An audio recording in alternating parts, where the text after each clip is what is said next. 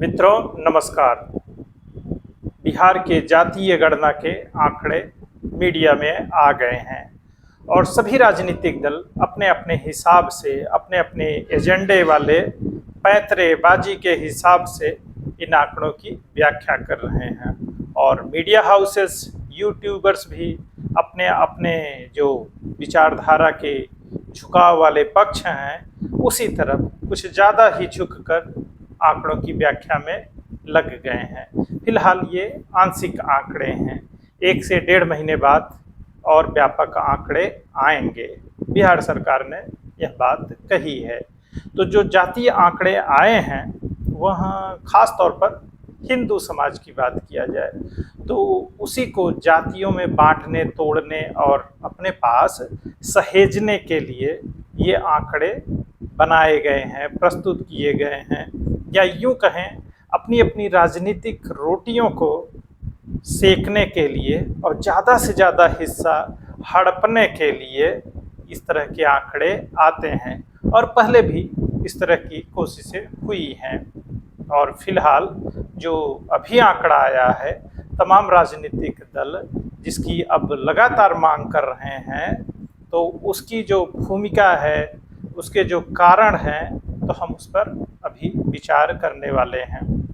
तो जो आंकड़े आए हैं उसमें हिंदू समाज को कितनी कैटेगरी में या यूं कहें ग्रुप में बांटा गया है, तो आप देखेंगे कि पिछड़ा, अति पिछड़ा, अनुसूचित जाति, अनुसूचित जनजाति, मतलब ये मुख्य समूह हैं और जो इन समूहों में नहीं हैं उनको अनारक्षित या फिर सामान्य श्रेणी में कहा गया है।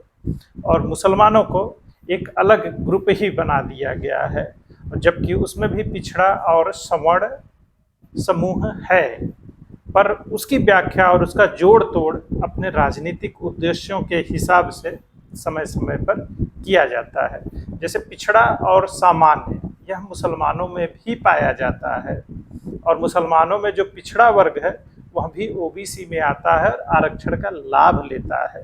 लेकिन इन जातीय आंकड़ों में कब कैसे उसको शामिल करना है और कब उसको छोड़ देना है, इसकी बड़ी मज़ेदार कोशिशें होती रहती हैं, क्योंकि उसी हिसाब से आंकड़े बनाए जाते हैं।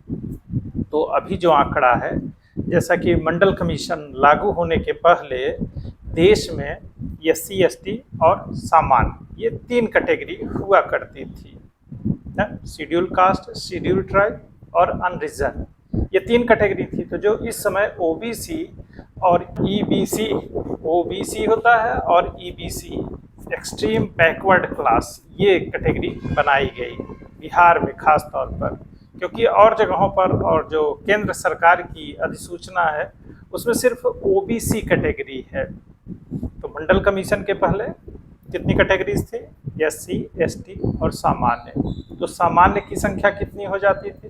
थोड़ा सा जोड़ लीजिए, क्योंकि अगर आप आरक्षण के बारे में और आरक्षण के प्रतिशत के बारे में ही जानना चाहें तो 23%, 22.5% SC ST का आरक्षण है। तो लमसम आबादी भी SC ST की पूरे देश में यही है।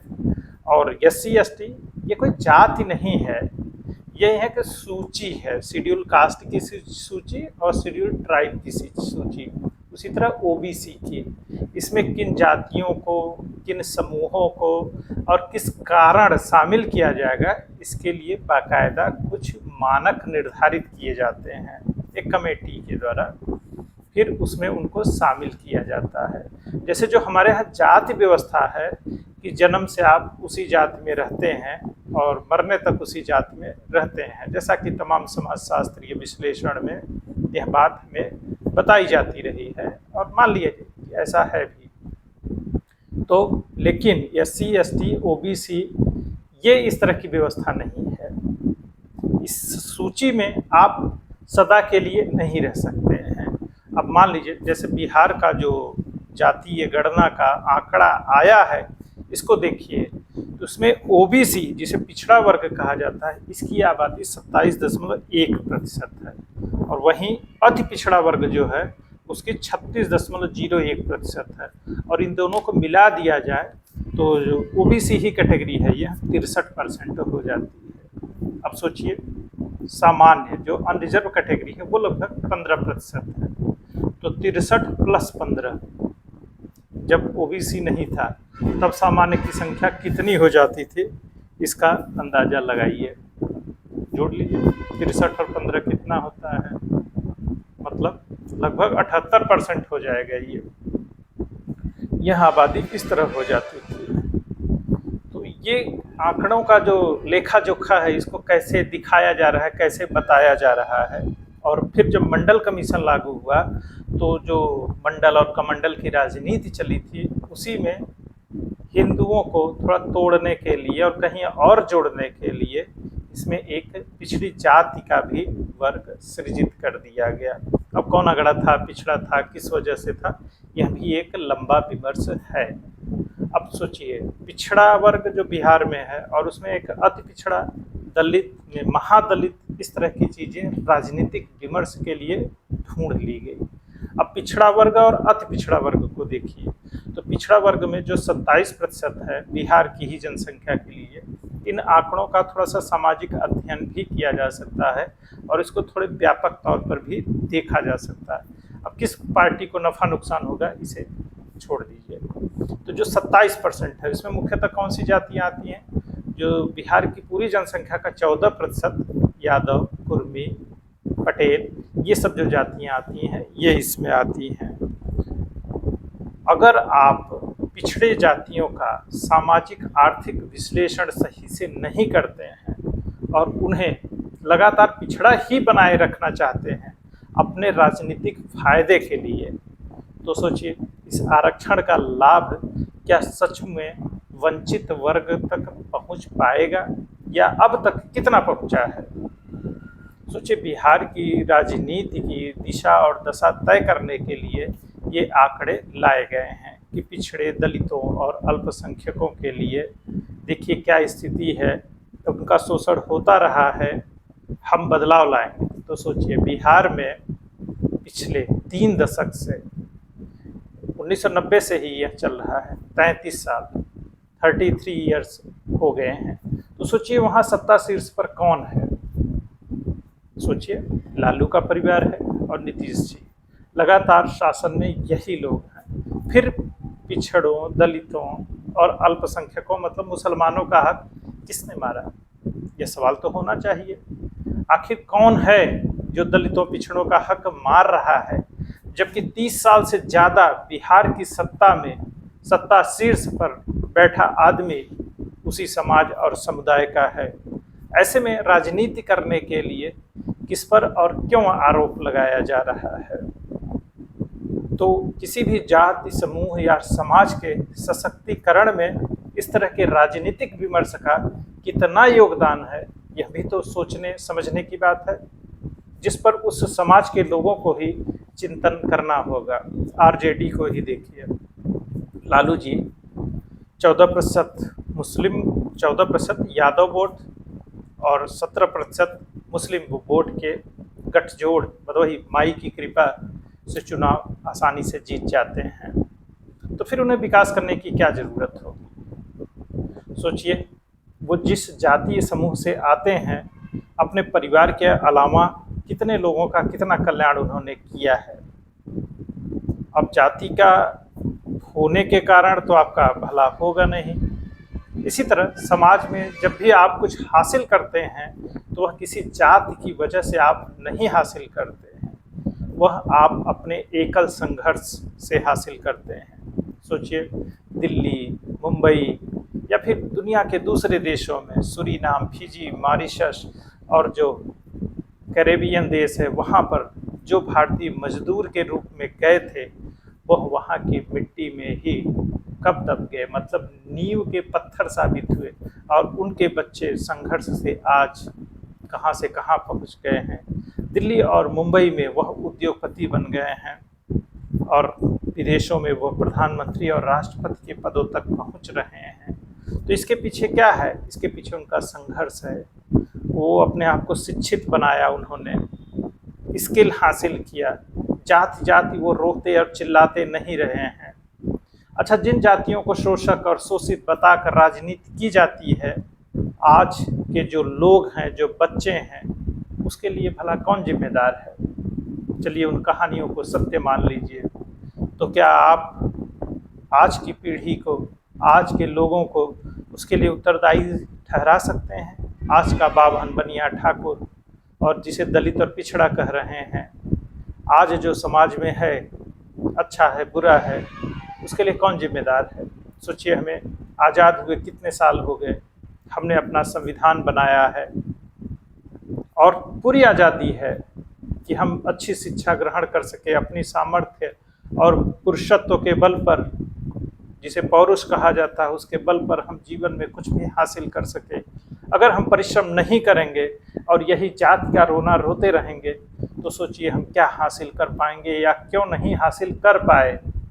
अब इन जातीय आंकड़ों को देखिए कि फलनवा जाति इतनी है, ढेमकवा जाति इतनी है, और आप सोचते हैं कि आप इसी से चुनाव जीत लेंगे, तो फिर बिहार सबसे अच्छा अध्ययन करने का हमारे लिए माध्यम बन सकता है। और इन जातीय आंकड़ों को उसी तरह देखने की आवश्यकता है कि दलित और पिछड़े वर्ग के लोग ही जब सत्ता शीर्ष पर विराजमान हैं, तो उसके बावजूद भी उन जातियों का उतना विकास क्यों नहीं हुआ, और अगर विकास हो गया तो अब भी उसे पिछड़ा क्यों बने रहना है, या फिर वह पिछड़ा इसलिए बने रहना चाहता है कि सच में जो पिछड़े हैं उनका हक वह हड़पता रहे। इस बात को देखने और समझने की आवश्यकता है। अब सोचिए, अगर यादवों और कुर्मियों को ओबीसी कैटेगरी से बाहर निकाल दिया जाए, तब ओबीसी की स्थिति और संख्या कैसी रहेगी और उसका राजनीतिक विमर्श कैसा होगा, क्योंकि वह समाज में पर्याप्त प्रतिनिधित्व हासिल कर चुका है और उसकी सामाजिक, आर्थिक, राजनीतिक स्थिति ऐसी हो चुकी है कि वह संपन्न तबके में है, और जो कथित सवर्ण जातियाँ हैं उसकी आर्थिक सामाजिक स्थिति से उसकी भी स्थिति किसी मायने में कम नहीं है। तो अब फिर वही बात आती है कि हम चीज़ों को कैसे देखते हैं और समझते हैं, और सच सुनने, बोलने, देखने की अगर हमारी हिम्मत नहीं है तो किसी बात का कोई अर्थ नहीं होता है। अब सोचिए, अगर आरक्षण पे हमें बात करनी है तो इन जातीय जो समीकरणों है, संख्या को, तो वोट बैंक के लिए संख्या तो ठीक है, पर उसका सामाजिक आर्थिक विमर्श जब तक हम सही से नहीं करेंगे कि किसने कितनी सामर्थ्य हासिल की, इतने साल के आरक्षण का क्या परिणाम हुआ, जिस वर्ग को आरक्षण मिला उसने कितनी प्रगति की और उसने कितना सामाजिक बदलाव में खुद को स्थापित किया, अगर ऐसा नहीं हुआ तो आरक्षण किस काम का? तो तब सारी व्यवस्था नाकाम थी, हम नाकाम रहे। तो जातियों को लेकर रोइए मत। अब यादवों, कुर्मियों या फिर दलित समाज में भी जो इस तरह के संपन्न लोग हैं, उनको उस कैटेगरी से बाहर निकालकर सामान्य में शामिल करने की आवश्यकता है, जिससे जो हमारे दबे कुचले और वंचित लोग हैं वो अपना हक हासिल कर सके। और ओबीसी समाज जो है, इसमें तो यादवों और कुर्मियों को बहुत ज़रूरी है कि उस कैटेगरी से बाहर निकाल के सामान्य में शामिल किया जाए, क्योंकि इनकी सब तरह से स्थिति मजबूत है और लगातार ये अपने ही समाज के वंचितों का हक मार रहे हैं, ये भी सच है। अच्छा, ये सामाजिक प्रतिनिधित्व, सरकारी नौकरी, ये जातीय आंकड़े और आरक्षण राजनीति में खुद को बचाए रखने और बनाए रखने के लिए ही तो हो रहा है ना। मान लीजिए जो भी पार्टी है उसे लगता है कि उसकी जाति के लोगों की संख्या ज़्यादा है, वो उसको वोट देंगे, तो उनका क्या मुद्दा है? विकास, शिक्षा, स्वास्थ्य, सुरक्षा, क्या इस पर वह कोई बात कर रहे हैं? उनके पास इसके लिए कोई विज़न है कि वो कौन सा विकास मॉडल आपके सामने लाएंगे, एजुकेशन के लिए क्या करेंगे? वो तो कह रहे हैं कि तुम मेरी जात के हो इसलिए तुमको मुझे वोट देना ही पड़ेगा, तुम मेरे गुलाम हो, और वो भी मैं तुम्हारी जात का हूँ तो तुमको कोई पद और प्रतिष्ठा नहीं दूंगा, वह तो मेरे परिवार के लिए ही आरक्षित रहेगा, लेकिन तुमको वोट मुझे ही देना होगा क्योंकि मैं तुम्हारी जात का हूँ। यही समझाने की कोशिश हो रही है ना। और आप गाली गलौज जो कर रहे हैं, चाहे जिसका समर्थन विरोध कर रहे हों, क्या इसके पीछे सिर्फ आपकी जाति ही वजह है? क्या आप सामाजिक विकास या समाज का जो ताना बाना है उसको बेहतर और अच्छा करने में कोई भूमिका निभाना चाहते हैं? अच्छा, एक बात और पूछते हैं कि जब कोई परीक्षा होती है तो इसमें जात की भूमिका कैसे रहती है? सोचिए, आरक्षण एक स्वीकार्य व्यवस्था है। अब तो भारत में कोई ऐसी जाति और समुदाय या समूह नहीं है जिसे आरक्षण न प्राप्त हुआ हो। ईडब्ल्यूएस आरक्षण लागू हो जाने के बाद जो सवर्ण जातीय आरक्षित वर्ग के लिए शिकायत किया करती थी, अब वो भी उसमें शामिल हो गई हैं। तो भारत की 90% से ऊपर जाति जो है आरक्षित श्रेणी में आ गई है, कोई भी अब बचा नहीं है। तो आरक्षण नहीं मिला है इस बात की तो शिकायत समाज से खत्म हो गई, लेकिन हर आरक्षित समूह में एक संपन्न तबका है, चाहे आप ओबीसी से आते हो, चाहे एससी से आते हो, चाहे एसटी से आते हो, और सामान्य की तो कोई बात ही नहीं। वहाँ पर एक संपन्न तबका है जो शिक्षा में, आर्थिक स्थिति में, और जो जुगाड़ लगाना ना, लेन देन करना, इसमें भी बहुत ही प्रभावशाली और आगे है। क्योंकि जब कंपटीशन होता है तो सब चीज़ें एक साथ मिलकर कुछ कॉकटेल तो बनाती ही हैं। अब कौन भ्रष्ट है नहीं है, तो आपको भी बराबर मौका मिल रहा है। जाइए आप भी बहती नदी में हाथ धो लीजिए, क्योंकि जो सरकारी सेवा में आप आना चाहते हैं, राजनीति में आना चाहते हैं, वहाँ आप किसी सामाजिक बदलाव के लिए नहीं आना चाहते हैं, आप भी सत्ता, धन, बल यही तो पाना चाहते हैं ना, कि और कुछ है आपका मकसद। सरकारी सेवा में आकर भ्रष्ट तरीके से ढेर सारा पैसा कमाना चाहते हैं, और उसके आदर्श हमारे भाई बंधु ही हैं। हम उन लोगों को देखते हैं कि फलनवा पद पर होकर उन्होंने कितना बड़ा मकान बना लिया है, कितनी गाड़ियां हैं, यही सब तो हमारे आदर्श हैं।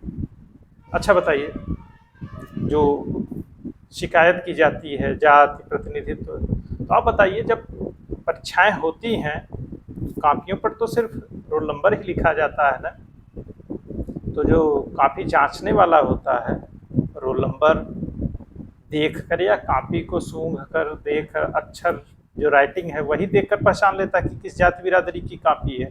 जो अच्छा लिखा होता है उसे नंबर मिलता है। अब आप चाहे जिस जाति बिरादरी को, बड़ी बड़ी परीक्षाओं को देखिए, एससी एसटी के बच्चे भी टॉपर की लिस्ट में रहते हैं, और वो बच्चे कौन होते हैं भाई?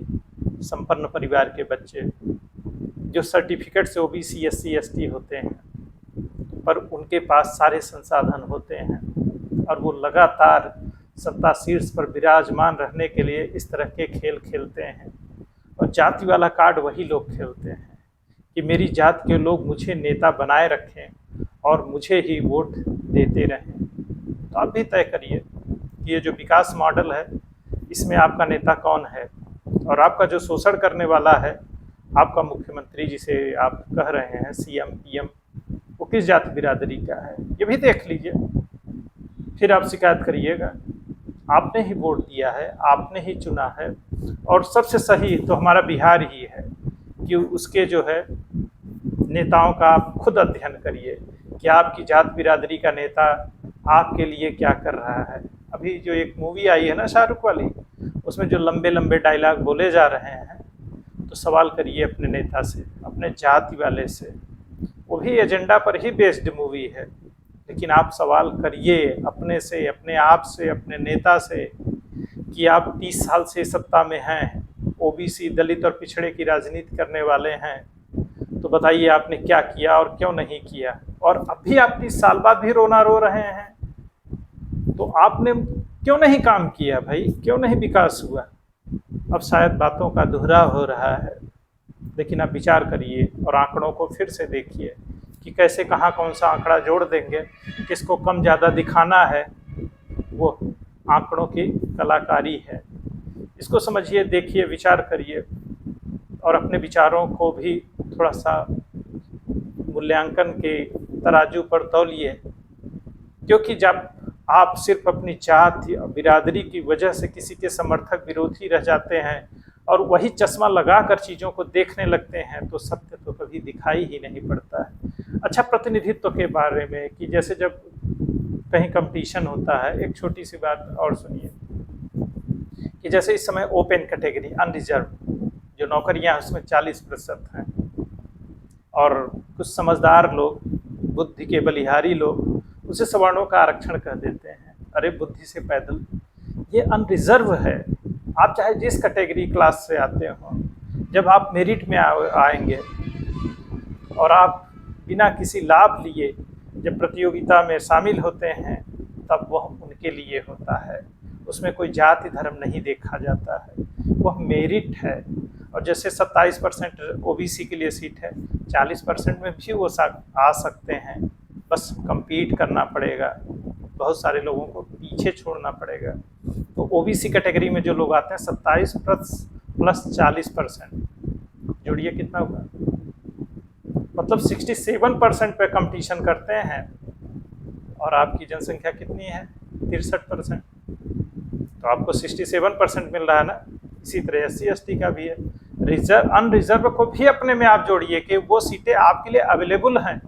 अब आप कितना उसके लिए लड़ पाते हैं, नहीं लड़ पाते, आप में कितनी सामर्थ्य है, कितना पुरुषार्थ है, ये अलग विषय है। इसी तरह जो समण जातियां हैं उनके लिए भी अब 10% आरक्षण हो गया है, अगर आप आर्थिक रूप से कमज़ोर हैं तो। लेकिन अगर आप बुद्धि के बलिहारी आप भी होंगे और कंपटीशन में लोगों को पिछाड़ पाएंगे, पटखनी दे पाएंगे, तो 40% आपके लिए भी खुला है। और जो 10% है ना, वो भी आसान नहीं है, उसमें भी गजब की लड़ाई है। या फिर यूँ आप कहिए किसी भी कैटेगरी में अब आसान नहीं है सरकारी नौकरी पाना, क्योंकि उसका प्रभावशाली समूह वहाँ मौजूद है जो हर तरह के तिकड़म लगा सकता है। तो आप भी लगाइए और अपनी जात के जिंदाबाद करते रहिए और आंखें बंद करिए, सो जाइए और नेताओं के पीछे टहलते रहिए, इसलिए कि वो हमारी जात क्या है, और कुछ भी बकवास कोई करता रहे उसको मज़े से सुनते रहिए। लेकिन सच में अगर आप कुछ करना चाहते हैं, बनना चाहते हैं, तो खूब जम के पढ़ाई करिए, खूब परिश्रम करिए और दोस्त बनाइए जो हर जाति धर्म के हों, क्योंकि यही समाज को बनाएगा और आपको गढ़ेगा। तो गढ़िए खुद को और बनाइए खुद को, सफल होने से आपको कोई नहीं रोक सकता। पिछलग्गू मत बनिए, हम एक हैं, हम भारतीय हैं, और इस अखंड भारत के हम ही आधार स्तंभ हैं और हम ही भारत हैं। जय हिंद, जय भारत, वंदे मातरम।